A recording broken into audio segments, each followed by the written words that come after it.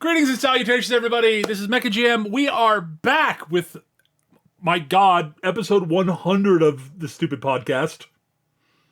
No, that didn't happen. Yeah, I know. Yeah. Anyways, I'm joined by my good friends Eric and Gav. Hey, guys, how you doing? Well, episode 99, part 2, the Electric Boogaloo. No, because Followed by episode 99, part 3, this time it's personal.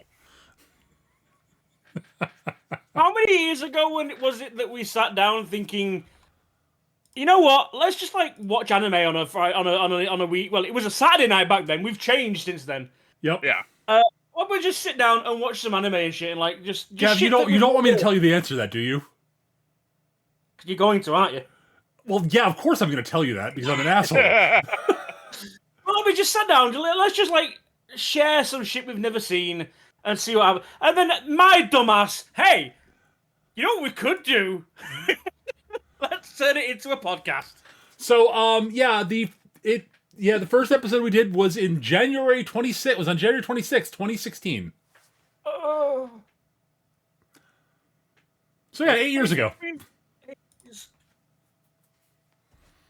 No, it wasn't 8 years ago, but was it 2016? It was. 2016 was only last year.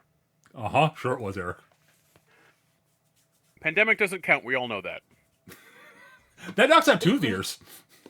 8 years ago since we did Yamato. No, it was, it's only about 6 months, it's fine. I was 32. I was still in my 30s. Yeah.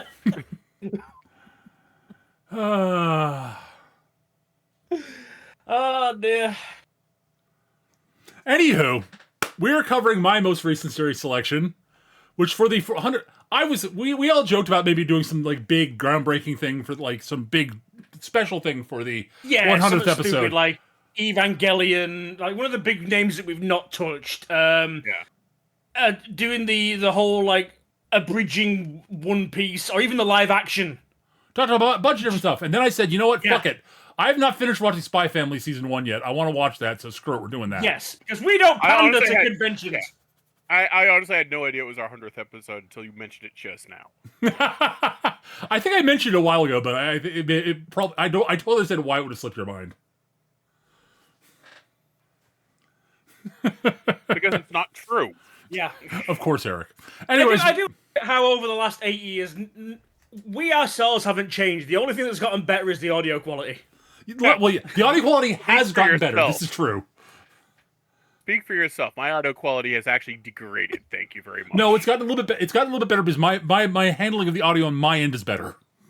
Well, I don't think I've upgraded my microphone in all that time, so you, sir, are doing Gork's work. Oh no, my audio settings when we first started were shit.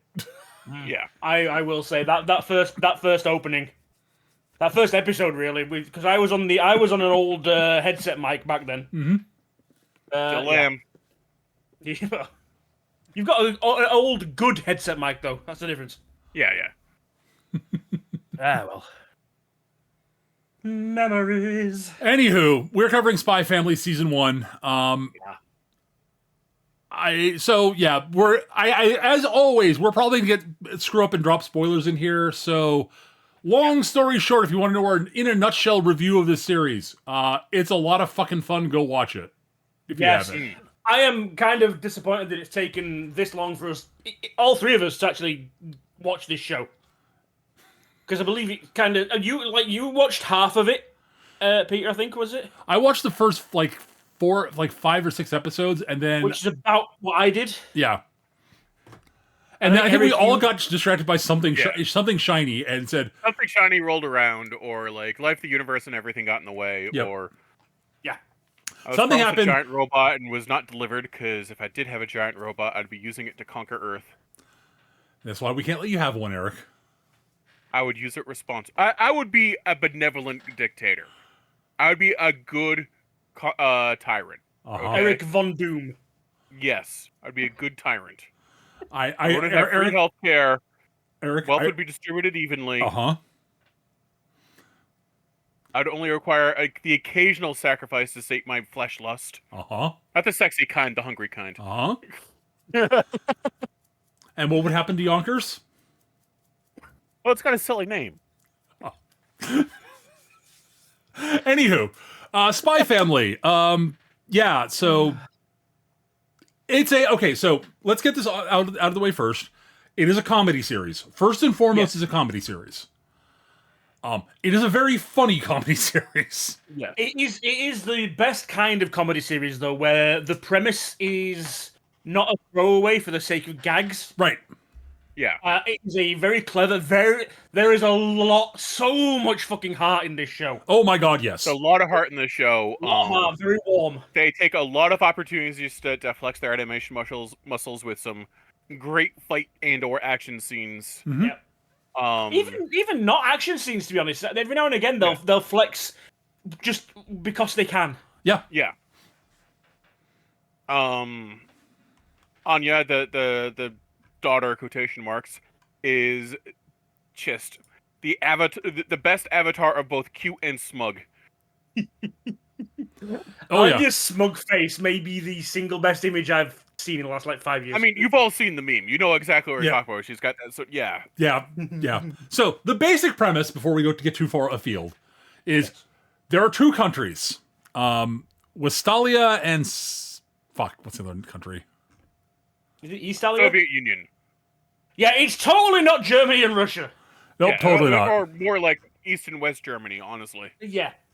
Oh yeah, it's real. It very much is that. Yeah. They're literally called Westberg, Eastalia. You know. Yeah. Yeah. Um, Or something like that. So it's Westalis called Berlin. and hang on.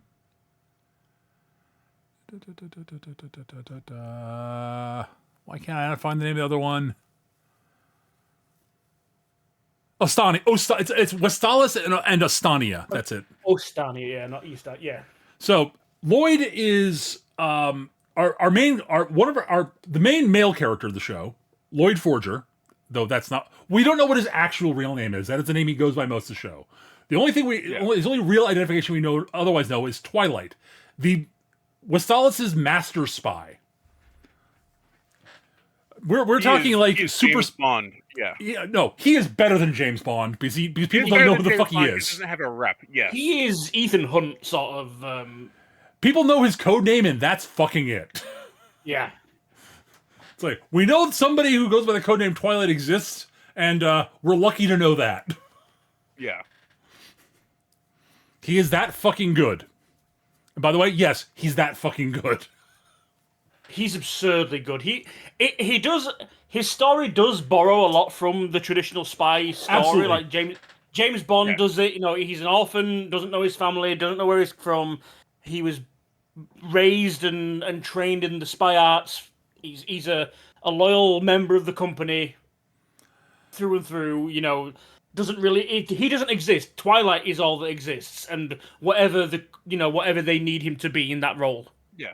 Yep. He's a master of disguise. He can,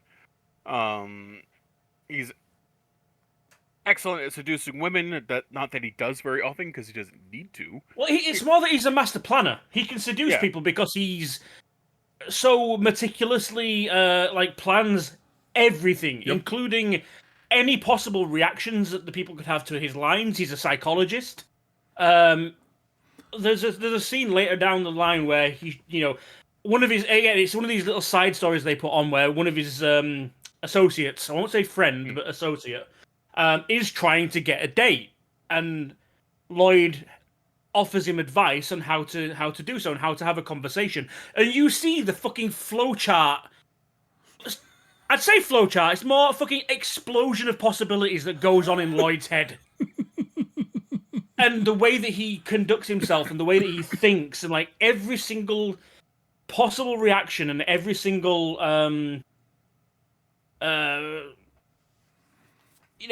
even the things you wouldn't expect to happen, he's planned for and he's got it in his head, and he's cold with it. You know, when we first meet him, one of the first introductory scenes, he's worked his way into a family by seducing the daughter of a military leader.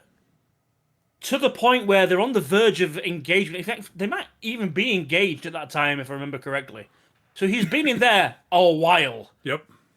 And the second he gets what he wants, he stands up at dinner, says, "We're breaking up, bye," and leaves. Yep. Now, And she's a bit of a spoiled rich. well, so from she everything kinda from deserves everything we understand, everything that is said, she's not a very nice person. No. Yeah. So she maybe deserve it, but he has no fucks to give. Well, He's he like, "I've basically, done from my job, bye." the implication you get is that Lloyd doesn't do the seducing thing unless he absolutely has to, and usually only does it Yeah. to people who really kind of deserve Yeah. it. It's a function. It's like he does it because he needs it for the role. Done. Fine. Bye. Lloyd does have at least a code of ethics, if not actual Yes. morals. I think he does. Yeah. He's a fairly moral guy overall. I mean, we kind of see it at the start of this operation that he goes into because throughout the show you get an inner monologue of more of the characters than the others. Lloyd's inner monologue is used because he's a very secretive person, and to know what that kind of person is going through his head, you need that kind of thing. And his inner monologue is commenting and making little remarks all the time. And at the start, when he's again, don't want to get into spoilers too early, but when he's recruiting for this mission, shall we say, his plan is to attain assets, use them for what is necessary, and then ditch them. Yep. And once they are no longer of use to him, he will discard them and move on to his next mission. Yep, because that's what he has to do. That is what he has to do what he wants, which is to actually create basically what he wants is a world without war. Because, war fucking sucks. And you know what? Good on you, Lloyd. But I think it's actually very important, I think, to Lloyd's character and his development to point out that going in, he is cool, cold. Oh, yeah. He is efficient. ethical, but he is also ruthless. Yes. Yeah, so the operation the Operation Strix, which is the framing device for this entire series, is there is a Austanian nobleman or member of the government, I don't know the government exactly, named Desmond. His last name is Desmond. He's a minister, I believe. He's a minister of some sort. Very important, and he's angling to start a war between Austania and Westalis. He's totally not based on anyone. No, not at all. That would be wrong. Skinny little bastard in his mustache. With big bug eyes. Yeah. So yeah, he's very. But it turns out Desmond is basically a recluse and is extremely difficult to get near. Profoundly paranoid. Profoundly paranoid. Always surrounded by guards, and the only time that he ever leaves his compound as such is to attend formal visits to his son's school. Yep. Which is almost equally as difficult to get into because it's the most elite, private school in the country. Yep. Now, the big thing is he shows up specifically for parent-child events for the very, very high-end, like the best students at the school. The elite scholar thing. I forget what they call it exactly, but The elite scholar. I think it's elite Imperial Scholar. Imperial Scholar. That's Scholar, it. that's it. Yep. So Lloyd's mission is to create a fake family, get a child into this elite academy, get them to become an Imperial Scholar so that he can show up to these meetings and meet Desmond there. Easy as pie. Yeah. Easy, That's not overly complicated at all. Easy as cake, piece of pie. What's that from now? That's bugged me, is that? 2010. Space Odyssey. Yeah. It's the sequel to Space Odyssey. Yeah. Piece of pie. The Russian astronaut getting the two phrases somewhat confused. Right. Yeah. At any rate, Yeah. so Lloyd goes to Westalia and Twilight goes to Astania, and under the guise of Dr. Lloyd Forger, psychologist, and he goes to an orphanage to adopt a kid, where we are introduced to Anya. Anya is an adorable little scamp Yeah. who proves that she is worth adopting to Lloyd, because she's able to solve a very difficult crossword puzzle. And Lloyd's, wow, she's really smart. Lloyd realizes that intelligence is probably going to help him in this. Yes. In what he needs to do. So he ends up adopting her. Now, this is in the first episode, so we're going to spoil the reveal on this. Anya is the framing device for why we get to hear Lloyd's inner monologues. Yes. Because Anya is a telepath. She's not as smart as she lets on. No, she is a kind of an idiot, honestly. she is Yeah. She is part of the problem is she's actually probably younger than she lets on. Yeah. Yeah. She says she's 6, she's probably 4 or 5. Well, the thing is, because she hears Lloyd in his head saying he needs someone around 6 to go into the school. Yep. So Anya says, I'm 6. Yep. Are you sure? You look a little bit small. 6! Yep. Anya very much just wants an actual family. Well, the thing is, She just wants to get the fuck out of the orphanage. Yes. Also. I believe the guy running the orphanage, and when I say orphanage, this is a case of you want kid, give $10, pick one. That Pretty much. kind of place. Yep. This is like the 5th time that Anya's been picked and has been returned. Yep. So, yeah. And it's implied because of her abilities, basically. Yeah, she's creepy. She's a little creepy. A little bit. She's also adorable. Like, Yes. I did not get the Anya's incredibly adorable thing from the first couple episodes. That took a couple episodes for that to really kick in. But it does. She's adorable. I think it's a little bit that they're playing up her ability. Yes, it's part of it. Which kind of throws it off, and then you remember, oh wait, hang on, she is like a 4-year-old kid or whatever she is. And she is desperately trying to get out of the orphanage and into a stable environment, and Yeah. and it's utterly understandable, like legitimately. So that's but in order to actually like get into the academy and all this stuff, Lloyd really needs to actually have a full like Astania is very traditional, we'll put it that way. It's a very patriarchal society. And the nuclear the family is big. So he needs a wife. Yeah, there is no way that a single father raising a daughter by himself could raise an imperial scholar, because she wouldn't have the influence of her mother. Mm-hmm. It's that kind of asshole society. Yep. Also, honestly, as a psychologist, he probably wouldn't have the time to do it. Let's be real. Yeah, but I mean, There's also the fact that we find out that there's a secret police in Estalia, is the country we're in? Ostania. So there's a secret police. Yep. So they're always looking for traitors and spies and dissidents and whatnot. And wasn't this woman married yet? She's nearly 25. Like, she's an old cow to pasture. She must be a spy. This happens. Yes. This is a potential problem for our third main character, Yuri Breyer. No, it's not Yuri. Yor Breyer. York, yeah. Yor is, dear God, she is also adorable and terrifying. And, she's adorifying. Yor is she works as a civil servant officially, and she ends up realizing that it doesn't really occur to her that this is a problem until her coworkers kind of point it out, and her brother's really worried about her, and she's like, well, maybe I could find someone to date. There's a party going on. I need to find someone to take me to the party. Oh no, I don't know how am I going to do this.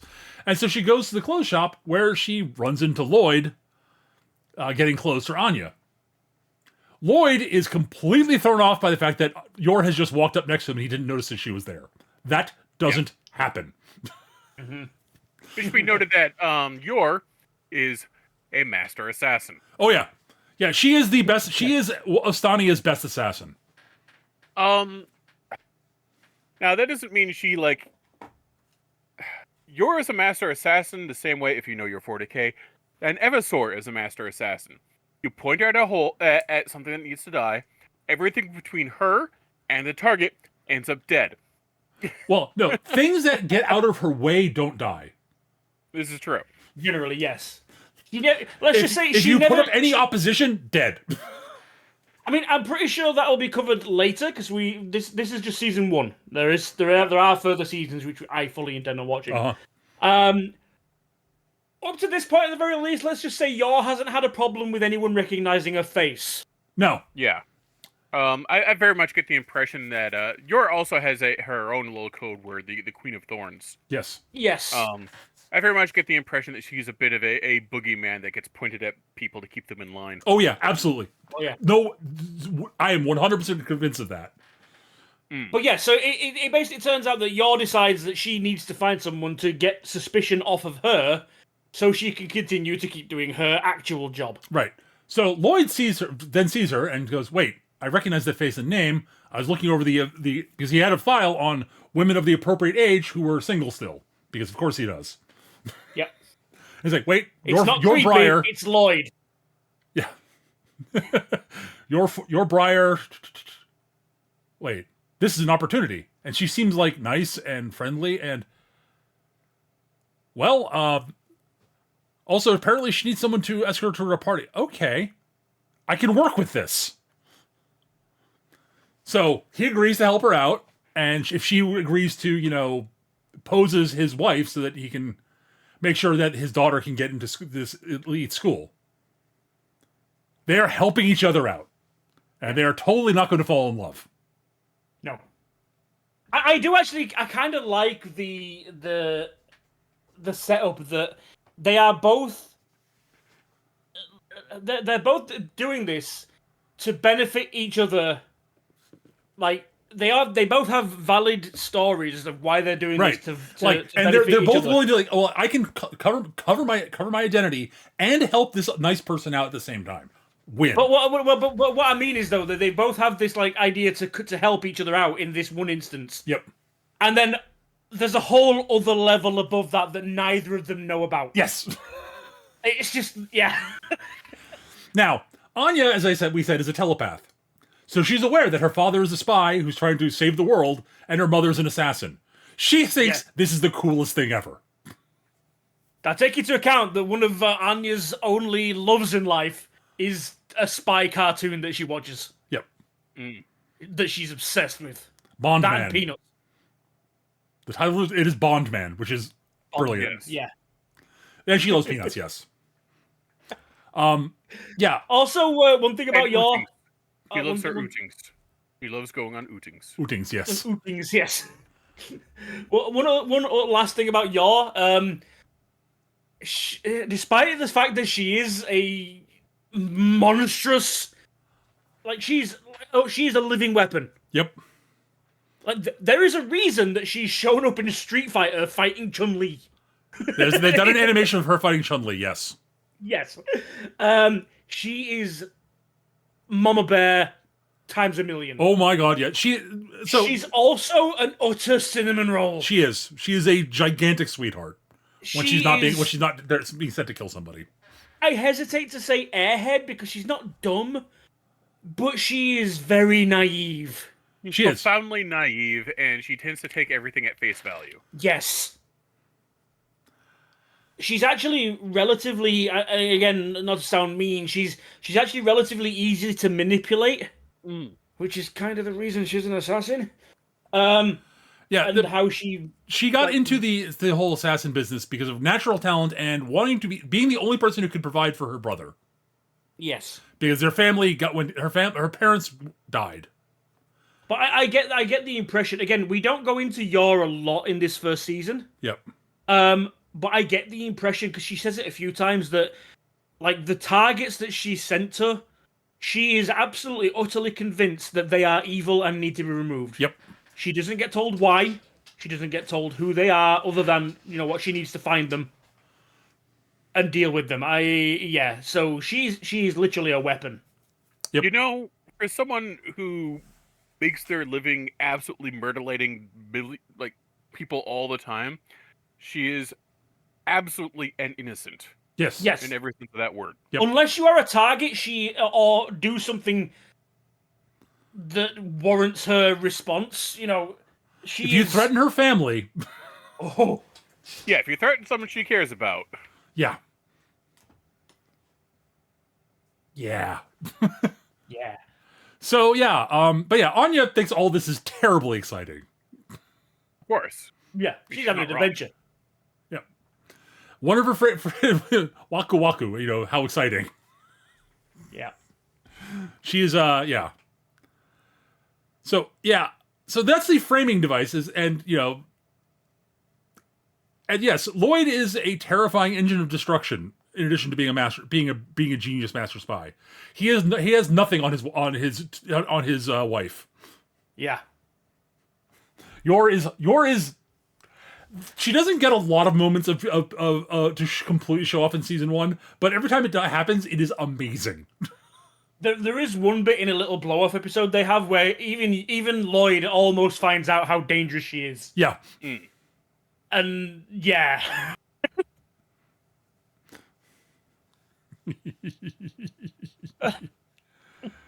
So that's the basic framing device of the show. Yeah. So the first chunk of the show is, let's see if we can get Anya into the academy. We are introduced to the academy, and it is, you know, highfalutin school for the elites. And a lot of the families in there are obnoxious. And the head teacher we were introduced to seems at first to be like ultra high. You know, he is a snob, Yes. but he is one of the He most is- delightful snobs I have seen in anime. He is Yeah. looking for what he calls elegance, Yep. but it's his own interpretation of what elegance means Elegance! in everything and everyone, and how they look, how they speak, how they act. Everything has to be like he stood in a window and just marking down numbers of families coming in, saying denied, denied, denied, denied, just because of the way they're walking. Yep. I'm going to be You know- perfectly honest. This guy says elegance the same way bad scientists say science. Yes. He does. Absolutely. Yes. Yeah. He is a wonderful character. Yes. And I like him a lot as a character. I think I would drive me mad in real life, but I think he's one Yeah. of my favorite Oh, characters. I in the show. would have killed and eaten him in real life. But he is It- so much fun to watch, and Yes. yes. To be fair, it does come round and turns out that his definition of elegance is actually being an upstanding and decent human being. Yes, he is a snob, but at least he kind of has his heart more in the right place than most snobs. Yes. More in the right place. It's not completely. He's still an elitist. Yeah. But it turns But out that the he's willing to school- accept that people who are not like the aristocracy are capable of being elegant. Yes. Like the school deliberately like sets up traps to try and get people to act out of character. And it's like one of them is one of their students gets stuck in a puddle, and they're asked to help it, to help him out. And Lloyd obviously goes over, and the guy in this upstairs window is like, he at least has the class to go over and offer assistance, even though it is just a child. But if he gets mud on his suit, then that will be inelegant, and he'll be immediately disqualified. Lloyd does get mud on Of his course he suit, gets mud on his suit. Yes, he does. but he has to In change fact, his clothes in- with him. in fact, yeah.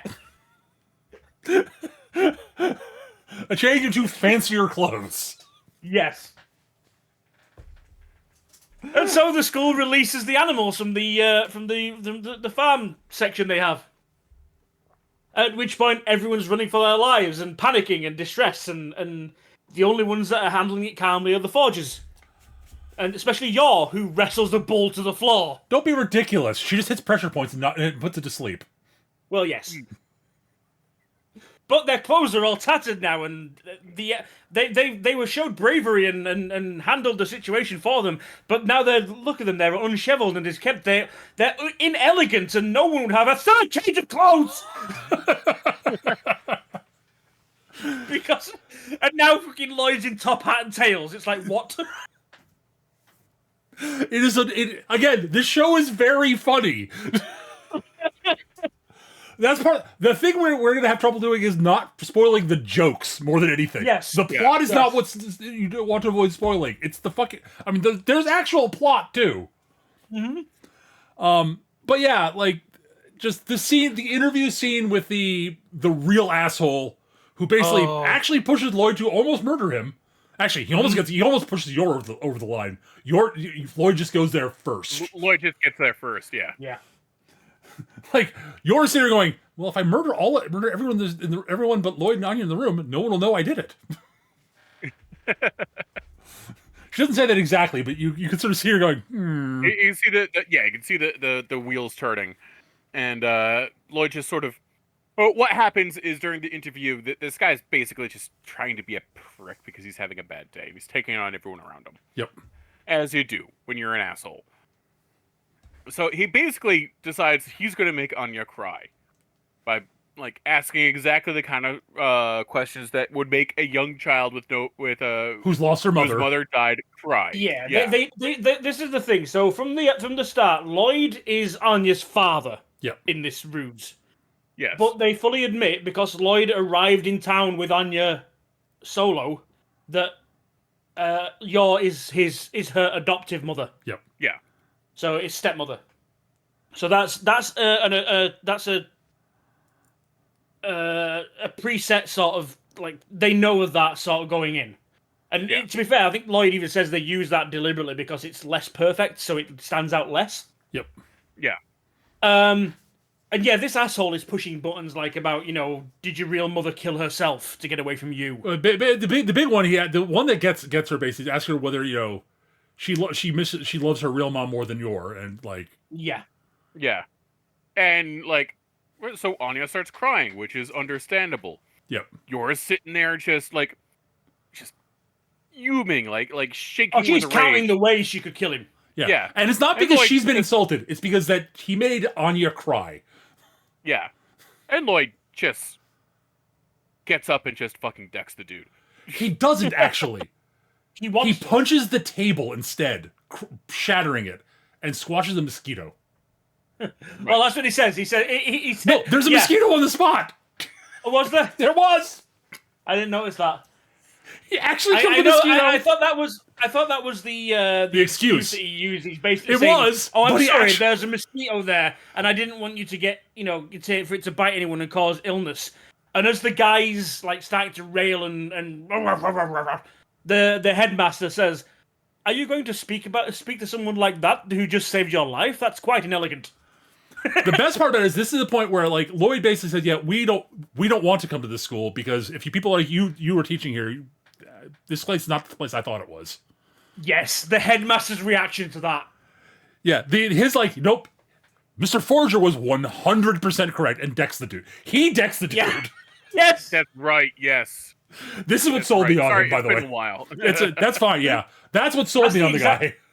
That's the exact moment. Yeah, it's he comes across as your average, typical aristocratic snob, and it's that interview that just turns him around completely. And it's oh no, he's actually a decent human being. He's just got standards, incredibly high standards for everything. Yep.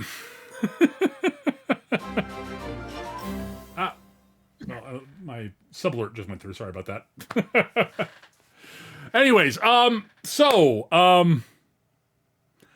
there, basically, we get to see stuff in the school where Anya she immediately ends up befriending a girl named Becky, whom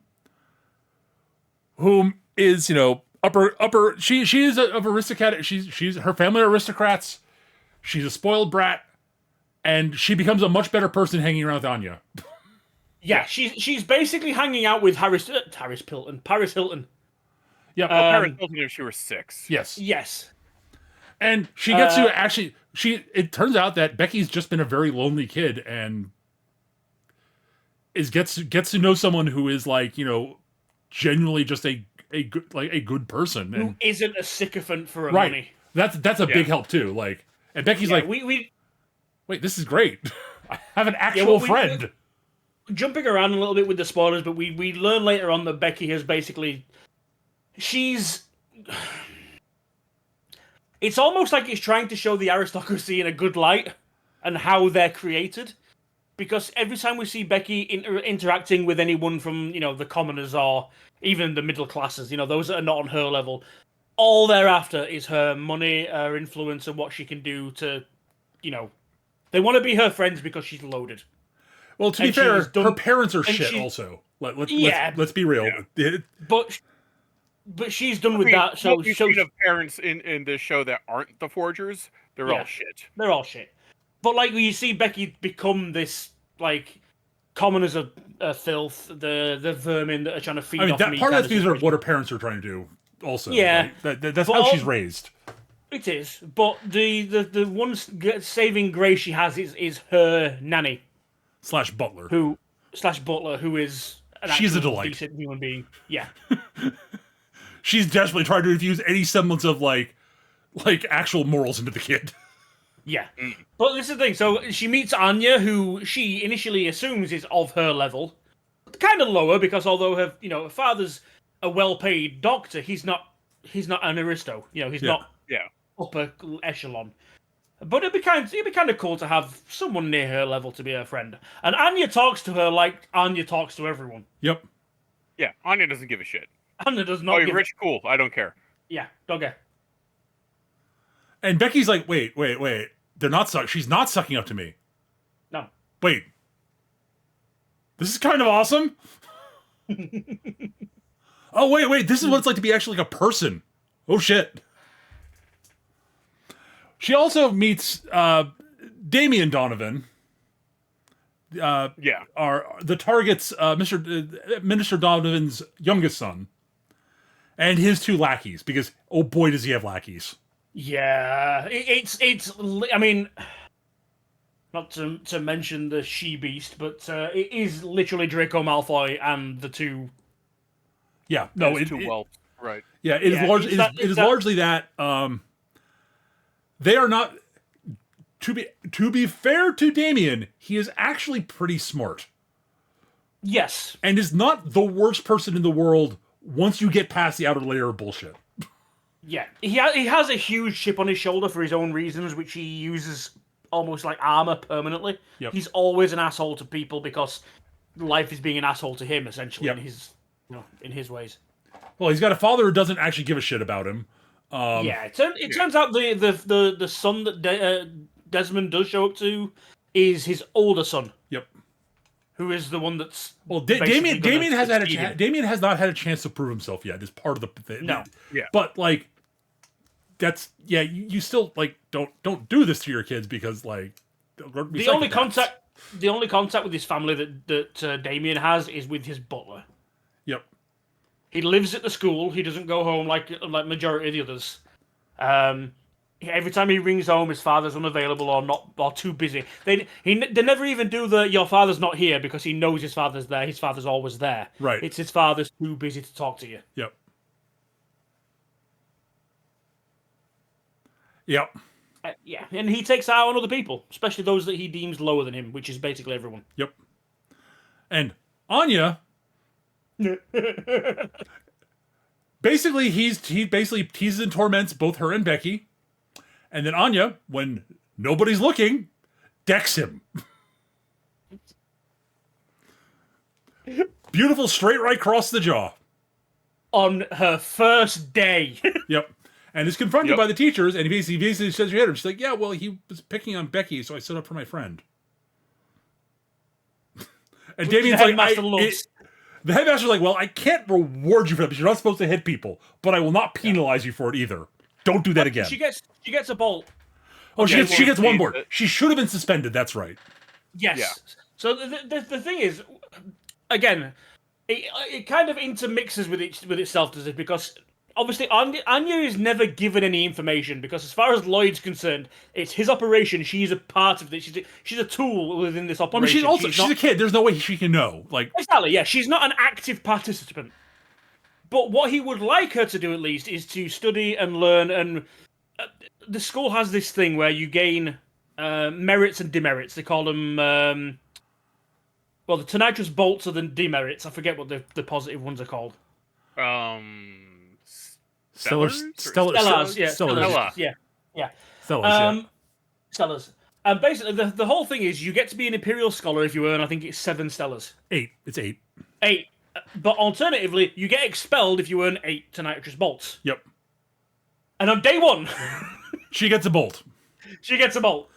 And his whole plan, and this is the thing, Lloyd's whole plan that Anya is aware of, and was in fact trying to enact when she started interacting with this kid, was she needs to either become a scholar, or potentially become friends with Desmond's kid, and get an invite round to their house kind of situation.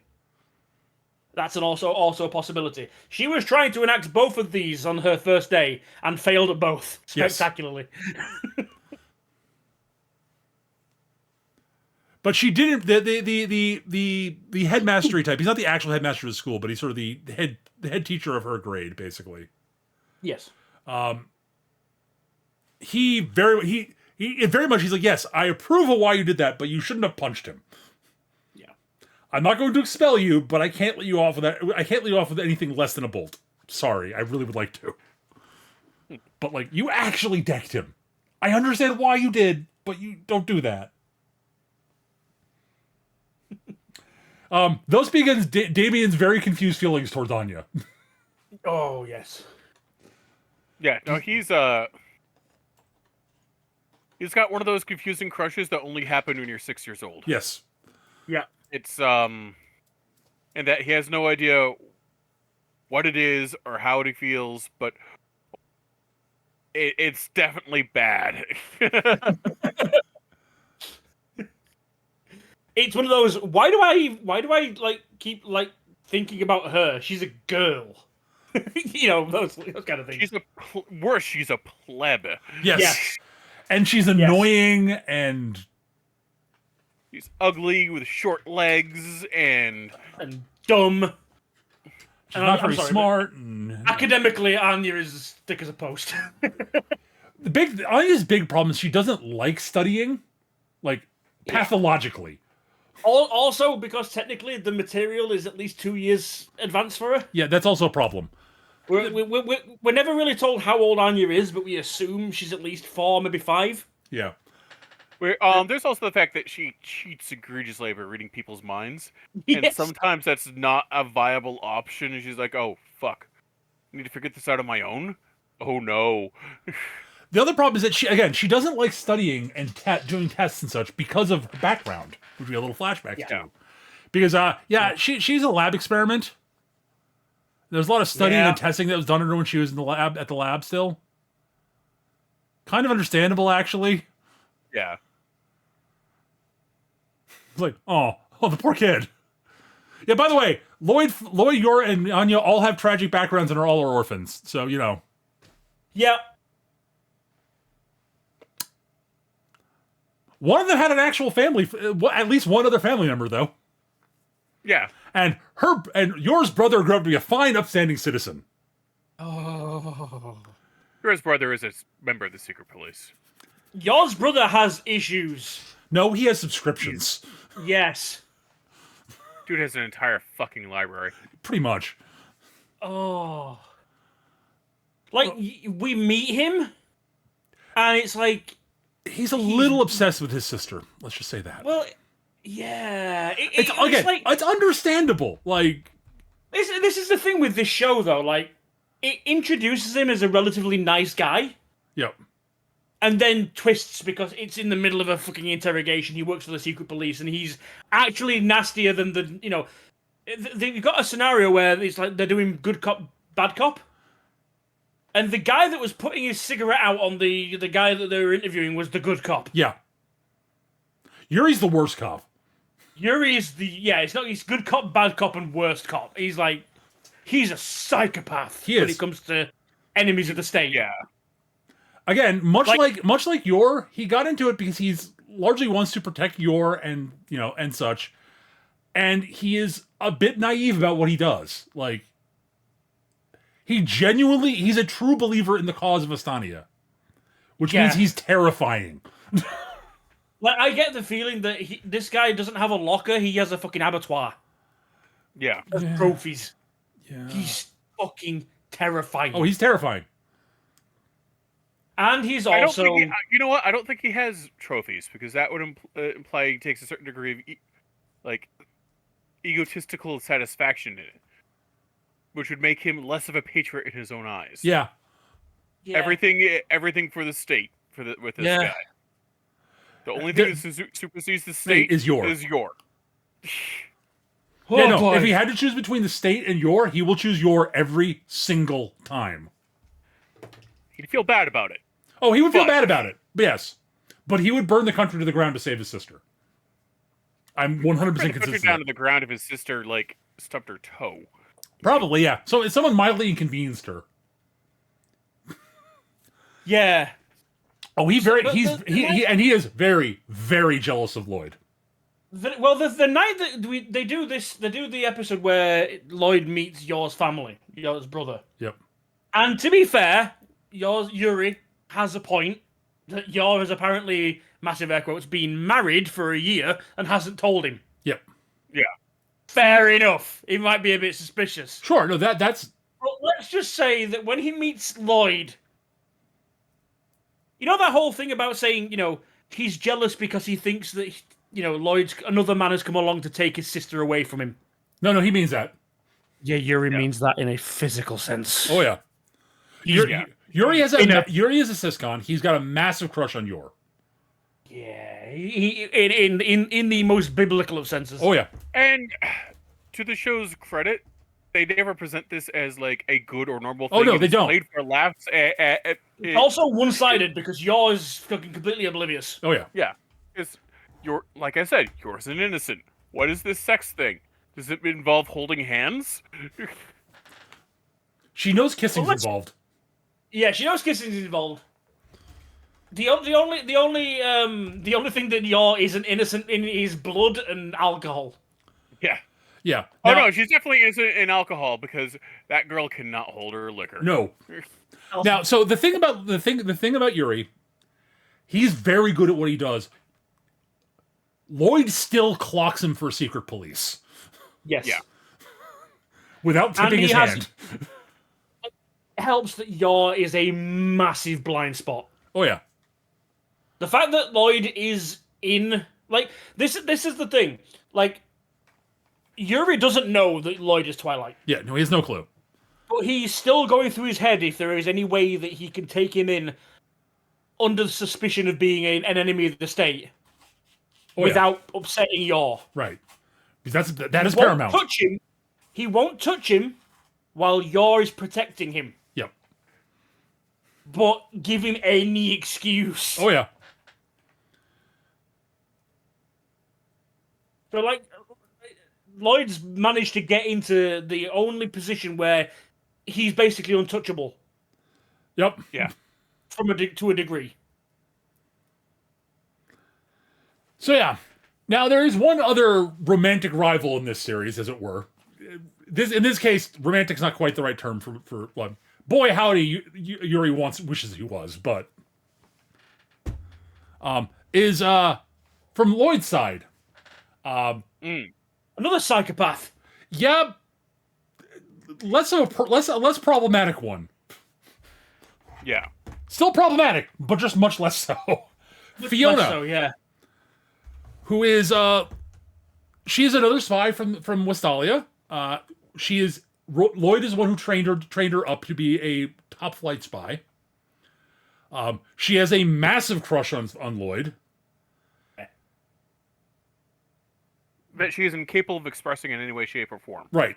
Except through because she has learned that spies can't show emotions. These are the sort of things that you really can't do as a spy.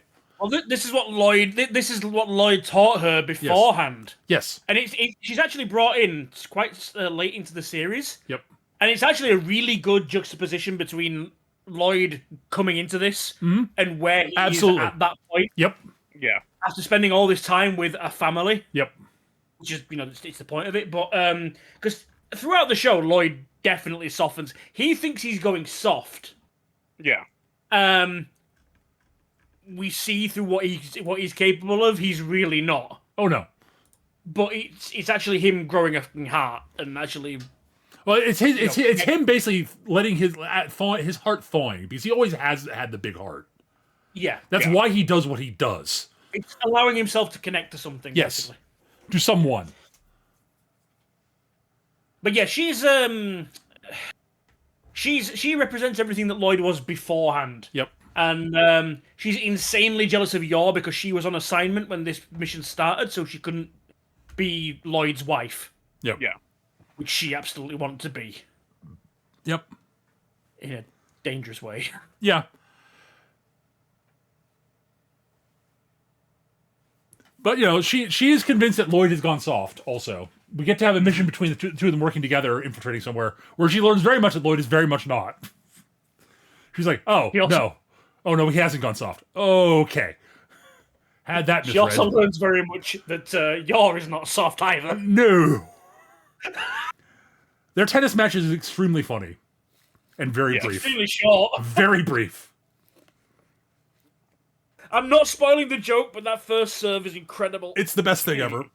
You missed the ball! No spoilers. Watch it. You'll love it.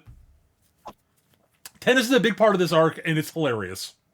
It also involves a tennis match. It's the only tennis match Eric will ever enjoy. Yep. It was a pretty good tennis match. Secret sports anime. It had a rocket-powered tennis racket. That's It all did. I'm going to say. And a whip racket. That wasn't as cool as a rocket-powered one. No. Well, because let's face it, Alex, fucking rocket-powered anything is great. Also, the two tennis players who were on massive steroids were kind of hilarious. Yeah. Yeah. It is an underground tennis tournament. It is hilarious. Yeah. I will say the one thing about this show, and I don't mean to sound this as a negative, it's one of those shows that is filled with filler, but then sneaks in bits of the story along the way, if you know what I mean. Yep. Like, a lot of the episodes, the actual core of the episode and what they're doing will be only very loosely related. It's literally a slice of life. It's Yes. Yeah. them doing their thing, going about their day, Yep. bonding as a family. Oh, and by the way, while this is going on, there's this thing in the background that's progressing the plot. Yep. But it's not super punchy plot. There's a lot. No, of it goes space into to slice of breathe. life mode the second half, and it doesn't drag you, though, is the thing. No, once Anya's in the school, it like takes a breath. It slows down a little bit. Gives it a chance. Gives it room to breathe, and we learn more about the actual characters themselves. Right. The other important bit is, again, to remember the important core about this show. It is a comedy first, Yes. and it is a very funny one. Yes. Yes. This slice of life stuff would not work as well as it does if it wasn't goddamn hilarious most of the time, almost all the time. Yes. Put it this way. Like, it manages to build up all this sort of, like, this is relatively late into the show. But it manages to build up, like, the family, and we get enough of the characters themselves, what they can do, what they're capable of, how they would probably react in circumstances. And then there's one little side story they bring in about, apparently there's a group of hoodlums going around town kidnapping the children of wealthy parents. All right. Oh, right. All three of us were like, "Oh fuck!" Because we knew where this was about going, to have a bad day. and it went there. Someone decided to grab Anya while Yor was out shopping with her. They lived. The thugs lived. They were very lucky they were wearing brown pants, but they lived. Yep. One of them got into a road traffic accident with Yor. Yeah. I'll leave Yor that wasn't there. driving anything at the time. Yor was not Yor driving Yor was not driving anything. We're also, in the later half, introduced to the fourth member of the family. Their dog, Bond. Bond. So, Yeah. you're wondering, okay, is Bond something Best- special? Yes. Best dog in anime. Up there. Bond is a precog. Bond is a precog, yep. Yeah. He is Because that's Bond. fucking Bond hilarious. is a top quality anime dog on the level of Ein. Yes. Yeah. Okay, I need a show of Ein and Bond. Yeah, Yeah, just two of them tooling around. Yeah. the precog and Literally the just them precog tooling and the hacker. Yeah. This giant I don't know what type of dog Bond is, but Looks like some kind of sheepdog, honestly. he's apparently a Pyrenean mountain dog. Yeah. Similar sort of Pyrenees. similar sort of family to Pyrenean. the Pyrenean, yeah. He's similar sort of breed to like a Saint Bernard, but just a different. Yeah. That kind of dog, big, Giant, burly, giant, hairy, big floof. giant floof, floof, yes. Oof. Bond is a delight. He is a good dog. He is occasionally a bad dog, but he's a good dog in the end. He's also apparently, because Anya's a psychic, he can actually project to her what he sees as precog, which is kind of useful. So you've got like you've got the master spy, the master assassin, and now the fucking psychic twins. Yep. But yeah, he's got near human intelligence and is a precog, so super dog. How they come across them, that is down to you to watch. Oh no, I'm not. We are not spoiling that mini arc because it's that fucking good. It is that damn good. No, long story short, we all love this show to death. It was a lot of fun. I think all of us are gonna go back and watch season 2 at some point because I regret putting this off for so long. But season 2 is definitely on the list. I just haven't got around to it yet. Yep. Same. So yeah, I think that basically covers most of it's a comedy series and there's a plot, but it's taking its time. It's taking a sweet time. And it's but it doesn't feel like it's it doesn't feel like it's meandering. It's it's a comedy show first, so yeah. I mean a good one at that. It's hilarious. Yeah, it's really funny. And the characters are all incredibly likable. Yor is an assassin, but she is, as Gav said, she is a giant cinnamon roll. She is a complete sweetheart. Absolutely. The character writing in this is incredible. To the point where Yor is doubting herself as a mother. Yep. She's playing a role, but she's so she's fallen head over heels for Anya. Oh, absolutely. No, she is. She legitimately cares. She likes Lloyd and she loves Anya. Yeah. And she is falling in love with Lloyd. And vice versa. She starts to get it in her head that he might be done with her. Again, this is going back to the other spy that comes in because she starts to actually get. This is when she realizes she might have feelings because she actually realizes she's getting jealous. Yep.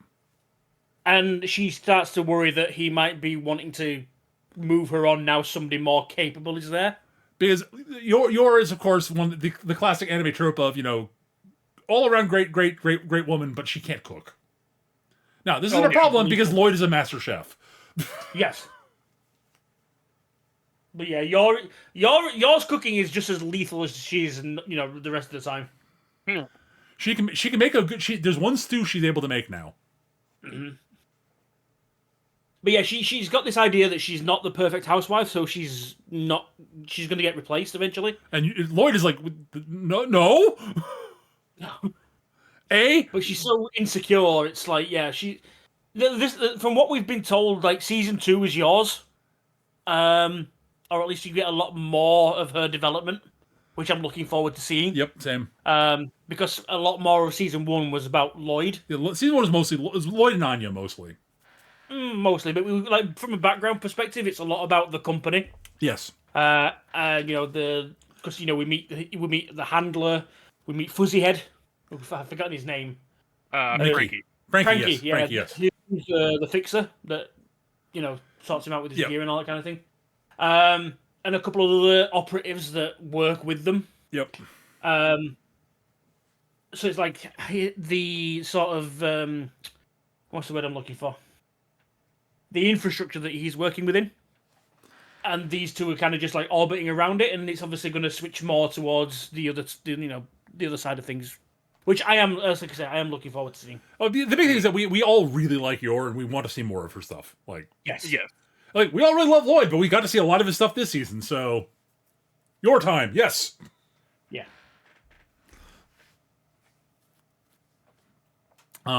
but yeah, like, yeah, I'd say we it's about as much as we can really cover outside of, like, I guess moving into final thoughts. Yeah. Afterwards, we're starting to like describe jokes, And that we don't want to do that. It's a comedy series.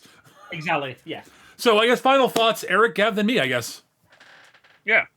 So this show's delightful, honestly. Yeah. Like it's funny. It's got a lot of heart. It never gets maudlin, except as a joke. Right. Again, because it's funny. Anya she's the star of the show, obviously. Oh yeah. She's an adorable little gremlin that like is just dumb as a stump 3/4 of the time and has the best smug faces and is great at annoying everyone around her in the most adorable way. Like, Anya's amazing. Yor is... Yeah, Cinnamon Roll is the best way to describe her. She's just so sweet and innocent and just a giant cute ball of sweetness who will then murder anyone in terrible, terrible ways. She's adorifying. She's adorifying, yes. And Lloyd is the straight man to it all, and it still manages to be hilarious. Oh yeah. There's a lot to like about this show. It's well animated, like surprisingly so, and in places where it doesn't need to be. Like, it doesn't need to be this well animated, but it is. Yeah, no, I dig it. Thumbs up. Mm-hmm. Yeah. You know, the thing that I like, at least from a comedic, like it's one of those running jokes that they put in. Anya's what you just said there, Eric, about Anya. She's thick as a stump, 2/3 of the time, and the other third, she's smug as hell. Yes. The number of times they've done that. Anya gives an answer to a question. Smug face. You're wrong. Smug face continues. Because it's just like, she can't. Nope. Whatever. She's such a delight as a character. She's amazing. And not even just the smug face. You mentioned it a few times when we're watching. The facials and the work that they do with her throughout the show. Mm-hmm. The characterization is incredible. Mm-hmm.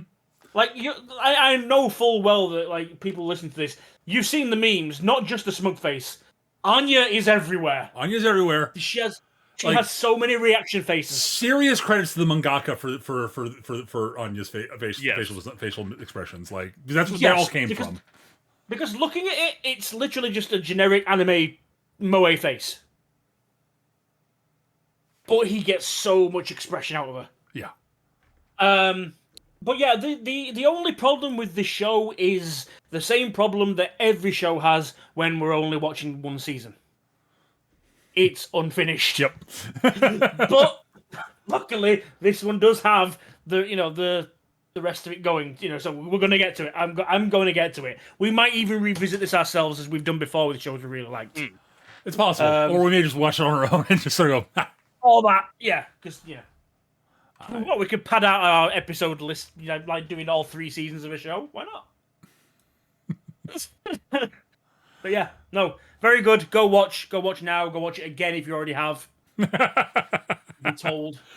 There's not much that hasn't been said. I want to reiterate, like we've talked about a lot about how incredible Anya is and how much we love Yor. This is not to sell Lloyd short. Seriously, Lloyd is incredible. Great man. He's not just a straight man. He is just a great character all around.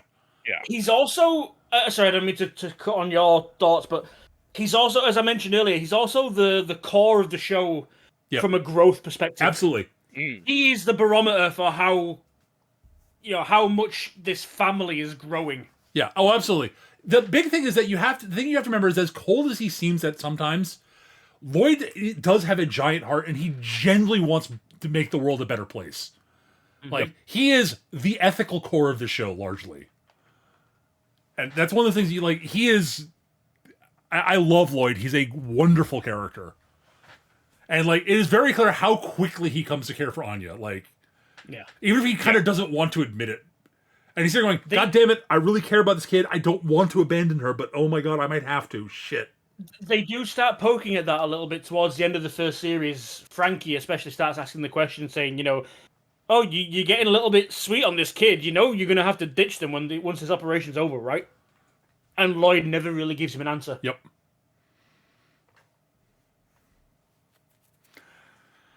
I'm actually genuinely just interested to see where that's going to go, honestly, in the upcoming stuff, because it's an interesting question. But the writing is good enough that I trust that they'll handle it in a way that will be entertaining and fun. I'm not expecting it to be tragedy. No. Which it very, very, in the hands of a different author, very much would be. From what I understand, one of the questions that I asked coming into this was, I'm actually kept kind of curious to what happens when they find out that one's a spy and one's an assassin. Yep. And from what I understand, in the actual manga, that still hasn't happened. Yep. So we've got a while to go yet. Yep. I largely think that they're going to given how well the mangaka writes this stuff, I've got a feeling that he will resolve it. They will resolve it in an entertaining, fun, and heartwarming way eventually, which shouldn't really be possible, but I have a feeling it will be. You know what? I'm actually kind of expecting the opposite. I'm expecting like the last line of the last episode being, so just so you know, they're both like, "I'm an assassin, I'm a spy." Wait, what? End. That'd be a funny way to end it. But I've got a feeling that I don't think that's the story he wants to. The overall themes of the show, I don't think that's where it ends up. Probably not. This Honestly, ends up with, I kind of hope they just say, you know what, fuck it, and just leave. that is where I think it goes. I think they thwart the war and leave. That's my read on it. But at any rate, I can see a lot of stuff. Because for example, imagine Lloyd finds out he's been living with the Master Assassin. That could have made things a whole lot easier. Except then he then realizes that he'd be using her as a tool, not as a family member. well, there's that. Also, he doesn't like killing people if he can avoid it. No, there's that. But at any rate, because again, he doesn't want to inflict the murder of this guy on his son, the guy's son. Yeah. Like, again, he's got a thing about, like, people becoming orphans. Yeah. So at any rate, that's going to do it for this episode. Oh, one last thing. The music's really good. Like, yes. The music's really good. I forgot to mention that. Like, goddamn. Yeah. It's very, at least first season especially, it's very jazzy. Oh, yeah.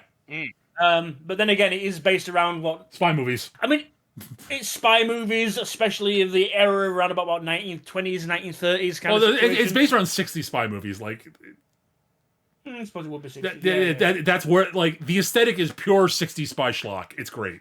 Yeah. It really is. At any rate, we should wrap things up here. That's going to... So, I'd say it's a resounding 3 thumbs up from us. Or 6, maybe. 6. So yeah, we recommend go check this out. It's a lot of fun.